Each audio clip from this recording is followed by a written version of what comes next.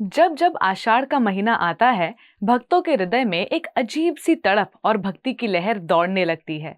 हवाओं में हरिनाम की गूंज घुल जाती है और मन अनायास ही भगवान के चरणों में खींचा चला आता है।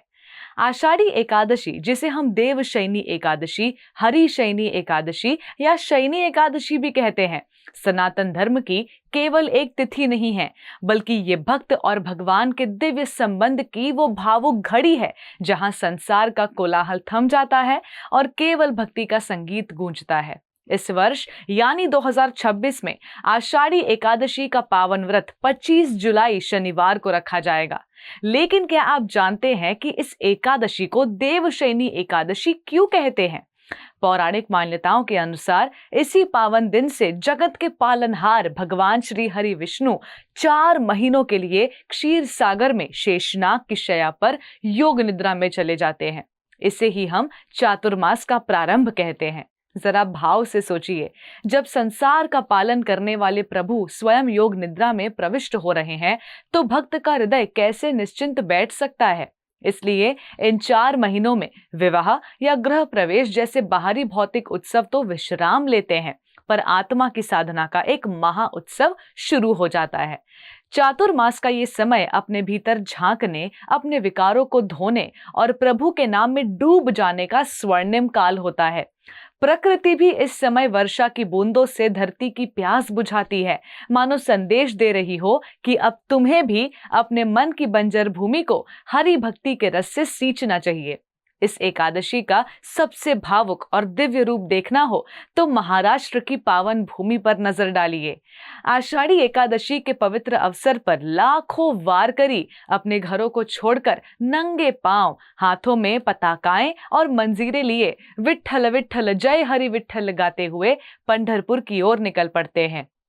सैकड़ों किलोमीटर की ये पैदल सफर, पैरों में छाले, बारिश की बौछारें, फिर भी चेहरे पर थकावट का एक नामो निशान नहीं।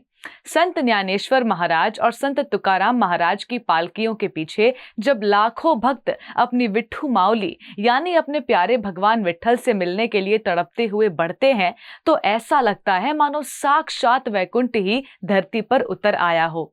ये यात्रा इस बात का प्रमाण है कि जब प्रेम सच्चा हो तो राह की हर बाधा तुच्छ हो जाती है और केवल अपने भगवान से मिलने की लगन ही शेष रह जाती है।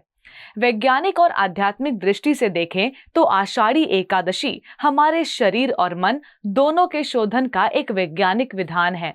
वर्षा ऋतु के आगमन पर हमारी जठराग्नि मंद हो जाती है। ऐसे में एकादशी का निर्जल या फलाहार व्रत हमारे पाचन तंत्र को विश्राम देता है, शरीर के वैशीले तत्वों को बाहर निकालता है और मन में सत्व गुण का संचार करता है। इस दिन प्रातःकाल स्नान करके भगवान श्री विग्रह का पंचामृत से अभिषेक करें, उन्हें तुलसी दल अत्यंत प्रेम से अर्पित करें और दीप जलाकर हरे कृष्ण महामंत्र का जप करें। यदि संभव हो तो भगवत गीता या श्रीमद् भागवतम का पाठ करें। इस दिन किया गया थोड़ा सा भी जप और तप करोड़ों गुना होकर फल देता है। आषाढ़ी एकादशी केवल एक दिन का उपवास नहीं है, ये तो अपनी चेतना को जागृत करने की एक पुकार है। ये दिन हमें याद दिलाता है कि जीवन की भागदौड़, धन संपत्ति और सांसारिक उपलब्धियां सब यहीं छूट जाएंगी। अगर कुछ साथ जाएगा तो वो है भगवान के नाम का स्मरण और हमारा निष्काम भाव। तो आइए इस आषाढ़ी एकादशी पर अपने भीतर के अहंकार, ईर्ष्या और आलस्य को भगवान के चरणों में त्याग दें और अपने हृदय में भक्ति का एक दीप जलाएं। इस पावन तिथि की महिमा, चातुर्मास के नियमों और सनातन धर्म की ऐसी ही अगाढ़ आध्यात्मिक चेतना से जुड़ने के लिए हमारे YouTube चैनल हरे कृष्णा टीवी को अभी सब्सक्राइब करें। इस भावपूर्ण वीडियो को अपने परिजनों, मित्रों और हर उस व्यक्ति के साथ शेयर करें जिसे हरि भक्ति की प्यास है, ताकि इस आषाढ़ी एकादशी पर हर घर में हरि नाम की गूंज हो और हर मन भगवान की कृपा से भर जाए। हरे Krishna. Before a single drop, there is a heartbeat. At Haribol, that heartbeat is never traded for milk. Every cow and bull lives protected lifelong. This is ahimsa. This is kindness. This is devotion. Switch to Haribol Ahimsa A2 milk.